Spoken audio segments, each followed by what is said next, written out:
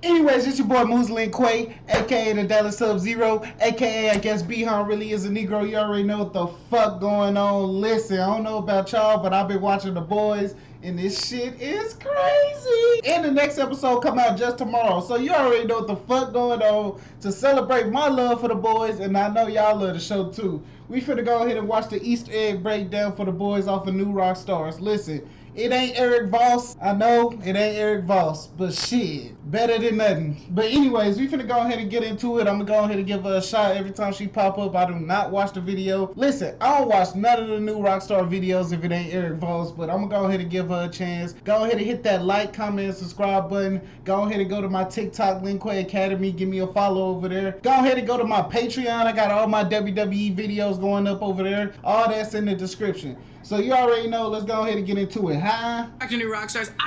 Alright, this is the episode 4 review. She had another video where she did episode 1, 2, and 3. That bitch was an hour long. She was talking 100 miles per hour. I wasn't into it. And if I ain't into it, I know y'all ain't into it. So we just finna go to episode 4. This was the last episode. The new episode dropping tomorrow. Blah, blah, blah, blah. Let's go. I'm Jessica Clemens, and this is a breakdown of season 4. Like, comment, and subscribe. Episode 4 of The Boys. That 3-episode premiere left us with a crazed Homelander, a very, very sad Ryan, and Sage's diabolical plan and strategy to get Supes recognized by Victoria Newman and Robert Singer. This episode reveals also too much, and we'll get into the boys' past lives, how much longer Butcher has to live, and Huey's dad may be becoming a zombie.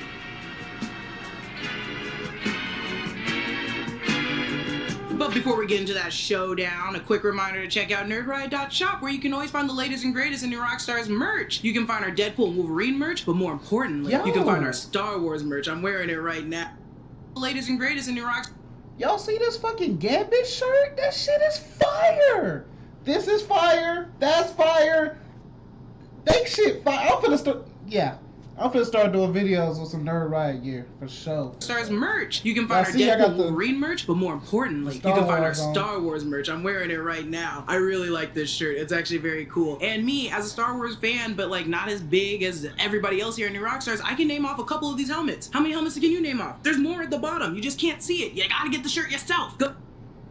I'm finna try to name these helmets. Hold on. Everybody else here in New Rockstars, I can name off a couple of these helmets. How many helmets can you name off? Bet. Alright, this look like one of them fighter plane flying motherfuckers. This Boba Fett for right here, that's Kylo Ren. Yeah, or is this Boba Fett? I don't know. That's a stormtrooper. I don't know who the fuck that is. Yeah. I'm a Star Wars fan, but I ain't the biggest fan. I like Star Wars.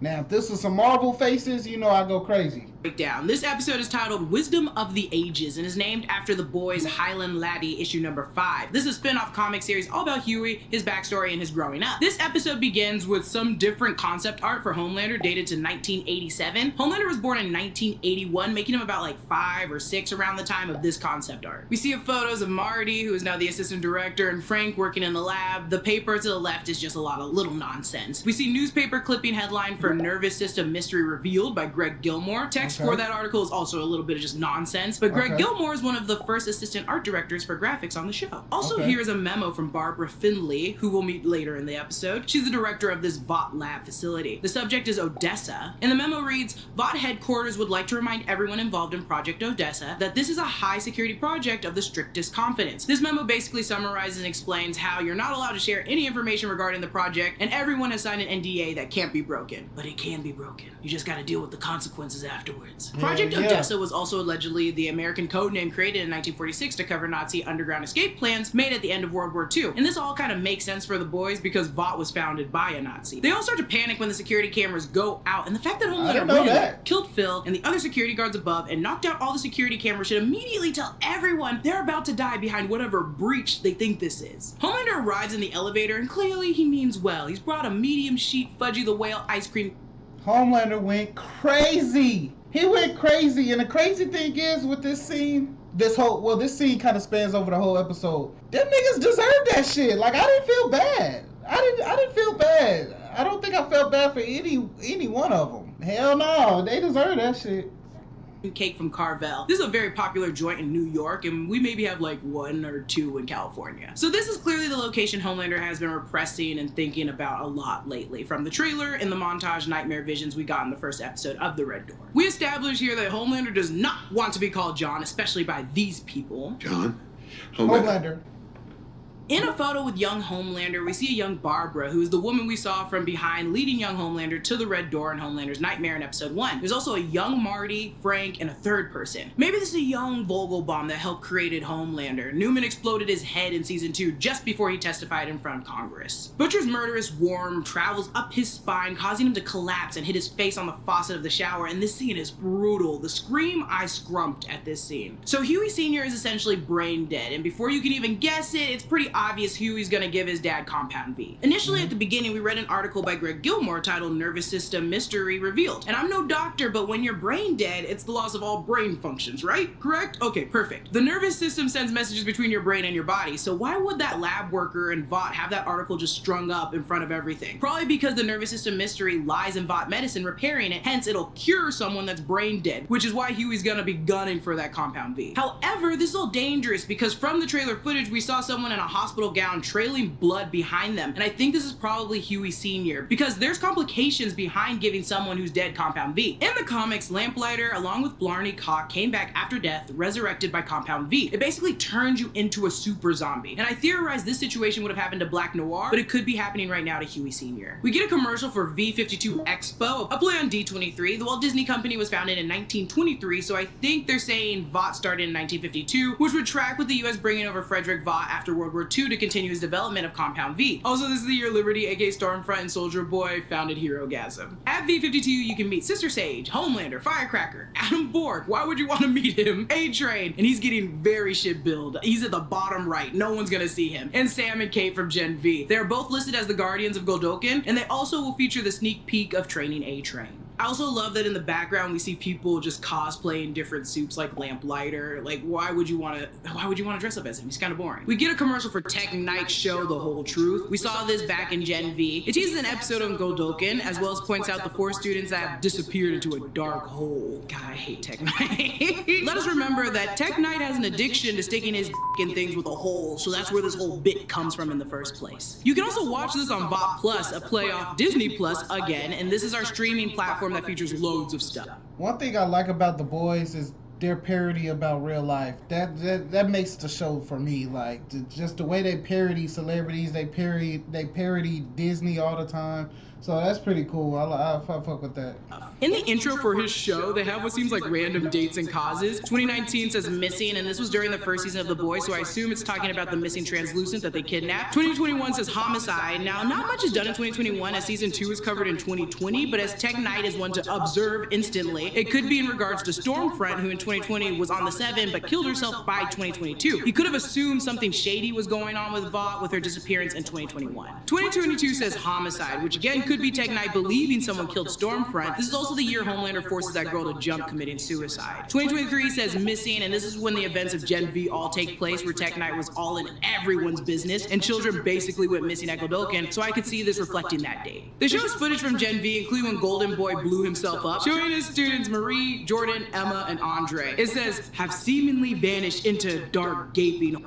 I gotta watch Gen V, huh? I skipped it. I skipped Gen V because as much as I like The Boys, I like the characters that are in The Boys. I don't really care for their world like that, so I wouldn't watch a spin-off show based on their world unless they brought some of those characters in there, and I know some of those characters are sprinkled in there, but I'm saying, like, you know, I just didn't watch the shit, alright? I mean, I guess I should watch it. Hole, and thank God someone changes the channel. Then we have the Cameron Coleman Hour, where he covers Singer's ratings that are dipping. Starlight and Singer make a deal where Starlight will put on the suit and go back to using Starlight and her privilege as a suit if Singer agrees to take down Vought once and for all. Back with Frenchie, he and Colin are listening to Ray Charles' Crying Time album released in 1966. Frenchie, like a weirdo, asks Colin about his family he once had that he killed. This is when we learn Colin's mom was a judge who was making an example of Little Nina, Frenchie's employer who we met last season. Frenchie killed everyone but Colin because he was hiding. And I love that this season we explore the fact that our heroes are not all heroes. They all have shitty past, but maybe our past don't define who we are today. I'm trying to make good of a bad situation. So Firecracker's show is shooting directly across the street from Starlight's HQ. Sister Sage is giving us a behind the scenes look at the Sister Sage is a bad bitch. She a bad bitch. I'm sorry. Let's be respectful.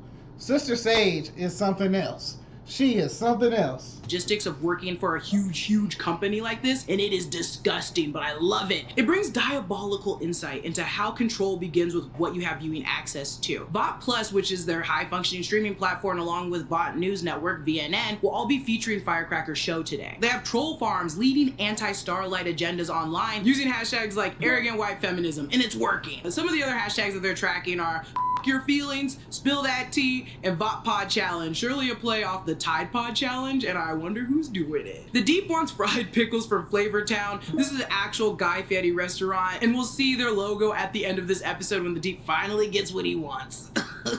Ew. The Deep tells sisters, mind you, this is crazy. Like, I don't have a problem with the Deep and Sister Sage having a relationship, but the Deep is literally cheating on an octopus or a squid, whatever the correct term is. He's cheating on that to be with Sister Sage. And that's where the weirdness start coming in. But I digress.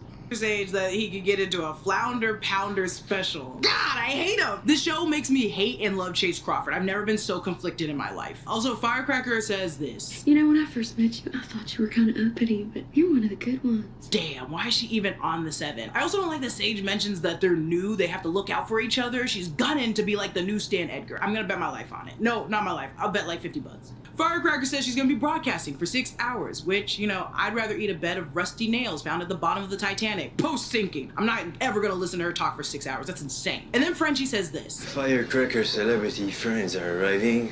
So John Voight. John Voight is, of course, a piece of shit who supports Trump, and they're probably making fun of the fact that celebs that support him aren't really celebs, just washed up nobodies. Speaking of nobodies, Firecracker mentions later that Kanye West would also be appearing on the show, and as we know, Kanye has become one of the most problematic celebrities within the last, honestly, 5 years, and has openly supported Donald Trump as well. Mother's Milk is wearing a Big Pun shirt. He was a rapper who died in 2000, and I also love how immediately Butcher knows there's something fishy between Starlight and Firecracker, but of course she doesn't want it to get out what she's done, because that'd make her look like a horrible person. Back with this psychopath, Homelander starts f***ing with Frank first, mentioning how he would put him in this. She better put some respect on Homelander's name. I ain't gonna lie, I respect Homelander. For one, I respect Homelander because he's acknowledging that he has mental health. He's actually taking the steps to, you know, deal with that. You know, he's talking to these different personalities that's in a broken mirror, and they're kind of like his therapists. He went to the root of his mental health issues, which is this scene here, which is my favorite scene out of the whole Boys franchise or the show, and he's dealing with that, and I have no problem with that. These guys tortured him as a kid, knowing he was a fucking superhuman, knowing he was gonna come back looking for answers, and they're still working here. I would have been retired. That's crazy. Oven room to test the temperature that young Homelander could tolerate, reminding us that no matter how awful Homelander is, these normal scientists help mold him into this monster. Homelander then reveals that even though his skin didn't char, it still really hurt, to the point that he would cry as his tears sizzled away, and this is truly heartbreaking, and this story is intercut with quick shots of the oven room from Homelander's memory. Frank says, I was just doing my job. Similar to the I was just following orders or superior orders defense used most infamously at the Nuremberg trials of former Nazis following World War II. But a stark reminder that normal people can be driven to perform heinous acts when they think their responsibility is removed from them. Frank's hand on the glass before he dies is like some up version of Lost, Not Penny's boat. We're now at a shipping yard, and Huey tricked Kimiko into assisting him as the muscle. Huey's wearing a shirt for the band. A-Train asks, where's the talking goatee with the gold chains? And Mother's Milk doesn't have a goatee this season, just a mustache. So what is he referring to? I don't know if this is production and the way that they shot, or they just didn't update the script, or maybe he did just recognize him as the man with the goatee forever. It's a little bit of both. He used to have a goatee, so the line still stands in the show. I'm not mad at that. But it could be a little bit of both. Bro probably shaved his beard for another role or something. He's a very good actor, one of my favorite actors. So, you know, it is what it is. It's not a big deal. But I know that he saw him at that track and he didn't have a goatee, so I'm flagging this because I need to know why he mentioned this. I know I spend a lot of time picking apart movies and TV shows, but I also spend a lot of time picking apart. How she changed shirts that fast? She got the Spider-Man on. And that shit hard. God damn. Current events. There's a lot to digest. Multiple wars, humanitarian crises, an election coming up. How you vote this year could have a major impact, so it's more important than ever. She got me fucked up. She ain't finna outdo me. She ain't finna outdo me. Every time she change, I'm changing. Let's go. to be informed. Weapons and Warfare from Straight Arrow News is a weekly show hosted by Ryan Robertson that helps you keep up to date on America's entanglements and diplomacy and war. Firecracker and the Deep are singing Up Where We Belong, which is famous from An Officer and a Gentleman, sung by Joe Cocker and Jennifer Warnes, but according to Wikipedia, there was a re-recorded religious version of the song done in 1984 by a gospel duo that played on the Christian radio, so I wonder which version this one is. I also like how the car horn blares just as they're about to hit the word hi. And peep that fire extinguisher right now, we're gonna come back later to it. Then we get this little exchange. Not a word about that 50 grand to Mallory. Straight up Web Weaver stinky spider.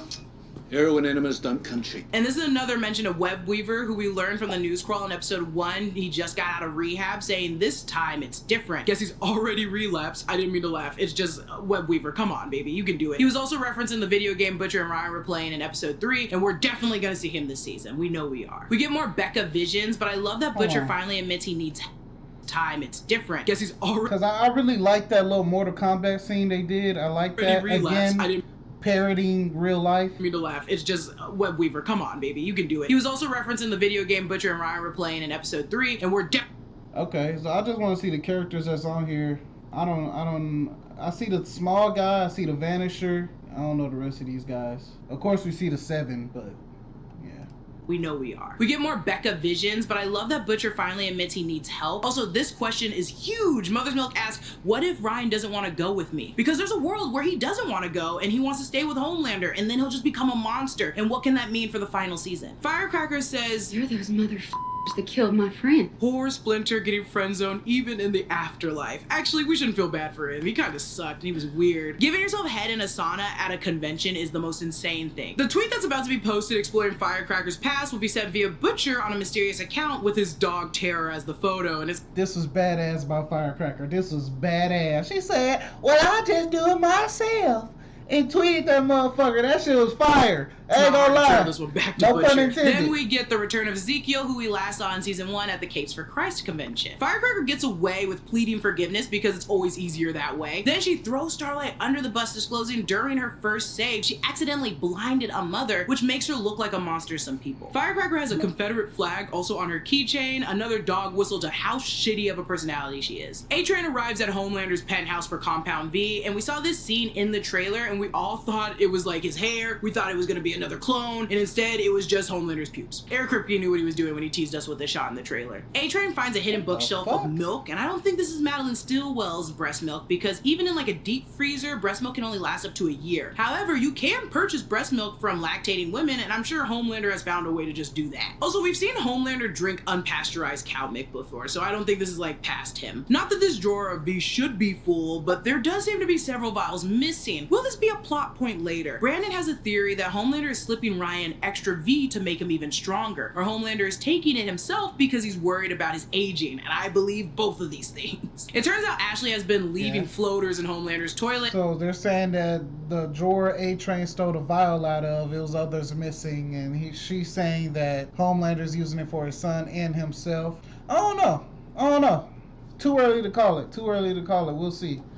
And Ashley has spotted A-Train stealing V, so it looks like these two have a shared no snitching friendship now. Back with the Maniac, we see John, Homelander's growth chart on the wall. Starting from the oldest entry, it reads, so fast, John, 12 years old, 1 month, 60.5 inches, 5 feet. John, 12.5 years, 61.5. John at 13 years, 5'2", 5'3". John at 14 years, you get the picture. They're measuring how big he's getting. But I do like at the end, instead of John, they cross it out and it says Homelander, 16 years, because he's now a he probably did that himself. And they're too afraid to fight him, because who would want to fight a teenage soup? That's crazy. This is when we get this horrible scene. A scene I freaking hate to watch and can't really show you on YouTube, because again, this show is for adults. I can assure you there's nothing really... He deserved it. He fucking deserved it. He caught Homelander handling his business as a young teenage boy. Y'all know, I mean, I didn't even gotta talk to y'all. Me.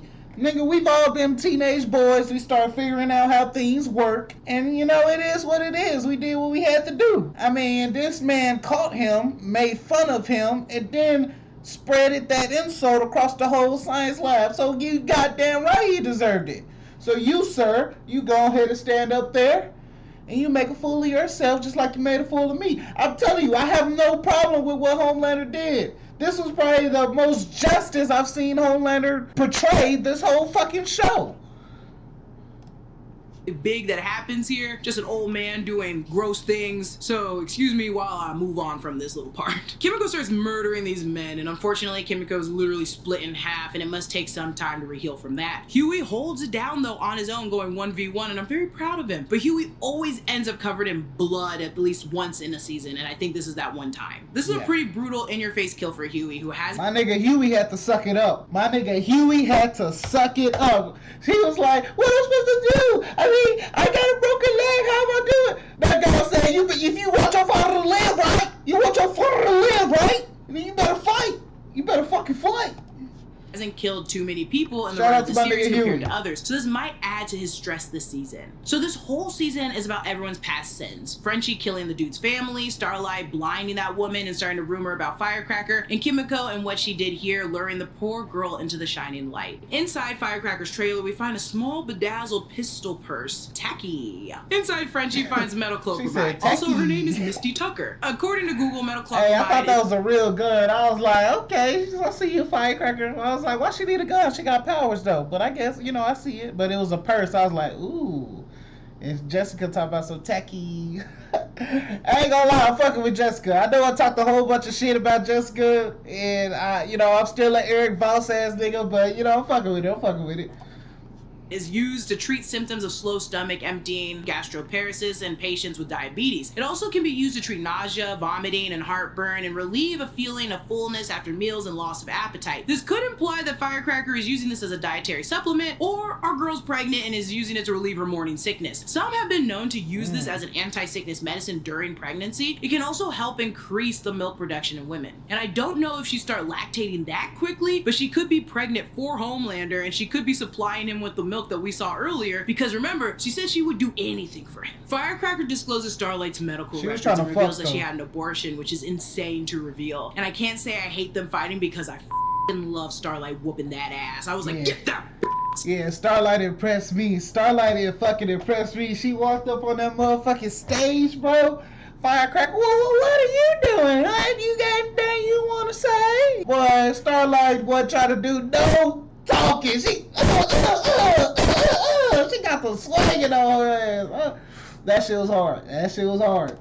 Sister Sage even said, how's uppity for that, cracker? I love that the ass whooping was planned. I wanted this, I liked it. My vote still goes to Starlight. They set up this fire extinguisher bit earlier in the episode. They linger on a shot of the fire extinguisher Butcher used to knock out the guard, showing it is full of liquid nitrogen. Usually fire extinguishers are full of carbon dioxide or a dry chemical like monoammonium phosphate or sodium bicarbonate to extinguish a fire. Sometimes there's some nitrogen in an extinguisher, but not usually liquid nitrogen, because that would be an overkill and probably dangerous for anyone using the extinguisher. Luckily, Moe's Milk can stop Starlight from killing Firecracker. But some comments on the Starlight ass whooping live stream from truthbomb.boy with 1.7 million people watching say, no, with a crying face emoji. Wow, Starlight kicked ass. So fake, staged, lost so much respect for her. Biggest truth bomb ever. Sold on that fight, yo. Back with Butcher and Ezekiel, it all goes dark. We hear a scream and Ezekiel splattered all over the trailer. So now we can confidently say Ezekiel is a fit. So this is the only question I have about the whole episode. What happened here? Butcher has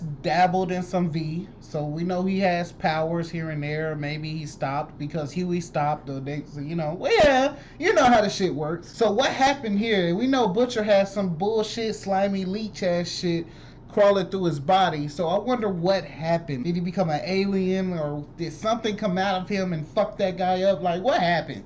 This is the only question I have about the whole episode.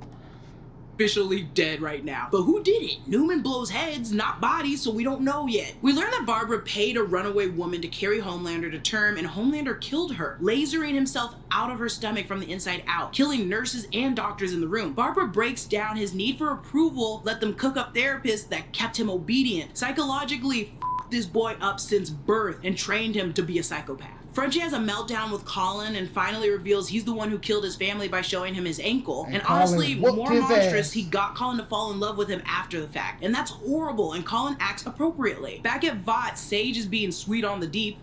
There's a Contour magazine with Maeve on the cover, and it must be a very old magazine. Sage then reveals what that metal cylinder tube was, and it's for her lobotomy. She tells Deep how everyone's brain grows until they're about 25, but hers never stops growing. Though she can die, if you stab her in the brain, it just grows back. And I love Chase Crawford as the Deep. It's a very complicated relationship between me. I think he's really good. I hate the Deep, but he's willing to do this for anal while watching Kim Kardashian's sex tape. Who is he? Is someone gonna match my freak?